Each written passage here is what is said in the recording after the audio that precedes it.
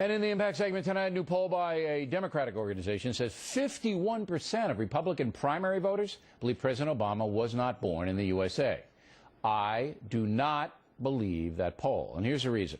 The sample is so minuscule, very few people vote in Republican primaries, and to isolate them would be a challenge even for Gallup, much less a political polling center. So here's a better poll. According to CBS News, 58% of Americans believe the president was born in America. Just 20% say he was born in another country. The rest don't seem to care. There is no question that some Democrats are trying to marginalize Republican opposition in 212 by painting them as nuts. Thus, the birther polling. With us now, Fox News analyst Karl Rove. Okay, so there's no doubt in my mind after watching Gregory on Meet the Press on Sunday, grilling Speaker Boehner about the birth certificate and all that, that the liberal, and Gregory is a liberal man, right? I'm not being unfair to him, am I? No. Okay. So he may not acknowledge it, but he is. Okay, but yeah.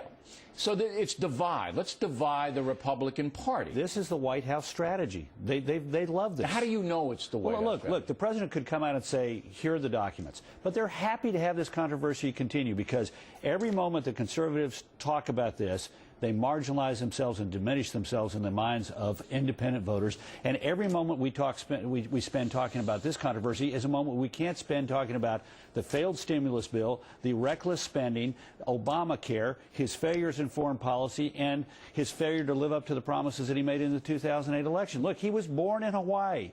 If he was born in Kenya, then there must have been some massive conspiracy that said, oh, this guy being born in Kenya. The Factor already did the investigation. And we birth notices in both Honolulu newspapers. You got that from me? No, I got it elsewhere. Oh, with all due respect. Well, I reported it first. Exactly. Okay, now, there is, though, and you saw it at CPAC last week in Washington, D.C., there is an element of the Republican Party that's far right. Okay, and that really loves this kind of discourse. They love the campaign for liberty types who were there for Ron Paul. Right. They love Ron Paul. They loved Christine O'Donnell. They love that kind of stuff. Let's be clear about it. There is a healthy dose, an unhealthy amount of people in that movement who are 9/11 deniers. I keep running into them. They protest me. Ron Paul, big Ron Paul stickers and so forth. They're birthers. You know, look, we had people stand up and boo Dick Cheney and Don Rumsfeld. They call them a war criminal. Because again, you got a very thin how big is that crew? It's not big at all. Remember, Ron Paul, who had a lot of very sort of mainstream issues regarding, say, the Federal Reserve and hard money. Put a percentage of a fraction, tiny. So this poll says 51% of. Look. I know this poll is flawed. This poll is flawed. Now, but I do say this: Republicans had better be clear about this. We had a problem in the 1950s with the John Birch Society, and it took Bill Buckley standing up as a strong conservative and taking them on. And within our party, we got to be very careful about allowing these people who are the birthers and the 9/11 deniers to get too high a profile and say too much without setting the record straight. What percentage of Republican voters? 5, 10? I don't know, but whatever it is, it ought to be less because we need the leaders of our party to say, look, stop falling into the trap of the White House.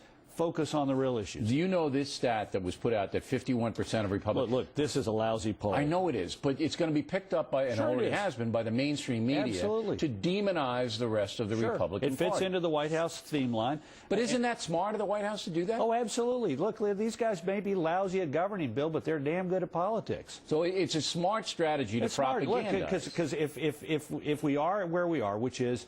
You know, we have a group of people out there who keep repeating this, and we have yet to get in a place where candidates are being asked about this in debates. Look, don't you think that in the Fox debate or one of these debates that's going to be televised, candidates are going to be asked about this? And if they step forward and say, look, we got better things to talk about than to fall into this trap that the White House has laid for us, this issue will start to go away. Even in this poll, 49% in this goofy poll don't agree with the proposition that he was born abroad. And even in the national poll, you'll see there are a bunch of people who are just waiting for people to tell them, oh, that's a non-issue, forget about it. Why they're waiting. Now, the Tea Party, do you believe that the Tea